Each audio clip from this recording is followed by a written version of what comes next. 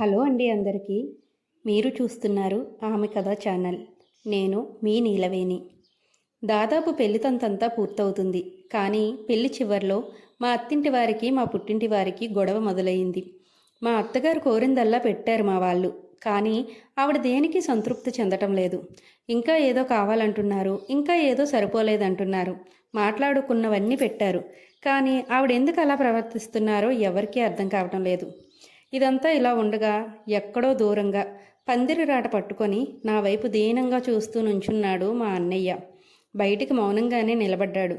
కానీ వాడి మనసులో మాటలు వాడి కళ్ళల్లో కనబడుతున్నాయి నాకు. మా ఇంట్లో పేరుకి మా అన్నయ్య పెద్దవాడే అయినా ప్రతి విషయంలోనూ నా మాటే నెగ్గించుకునేదాన్ని.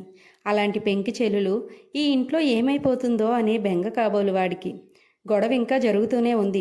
మా అత్తగారి కేకలకి అక్కడ వాళ్ళంతా హడలిపోతున్నారు. నెమ్మదిగా మా అన్నయ్య మండపం దగ్గరికి వచ్చాడు. మా అత్తగారి 2 చేతులు పట్టుకొని, అత్తయ్య గారు మీకేం కావాలన్నా నన్ను అడగండి, ఖచ్చితంగా మీరు అడిగినవన్నీ మేము ఇస్తాము.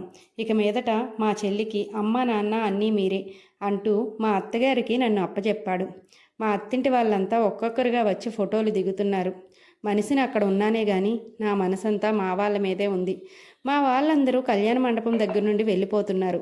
ఏ ఒక్కరి ముఖంలోనూ ఆనందం లేదు. కానీ నాకు మాత్రం చివర్లో తీసే ఫోటోలకి నవ్వుతూ పోజ్ ఇవ్వడం తప్పటం లేదు.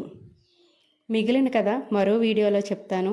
ఈ వీడియో నచ్చితే లైక్ చేయండి, షేర్ చేయండి, ఛానల్ని సబ్స్క్రైబ్ చేయండి.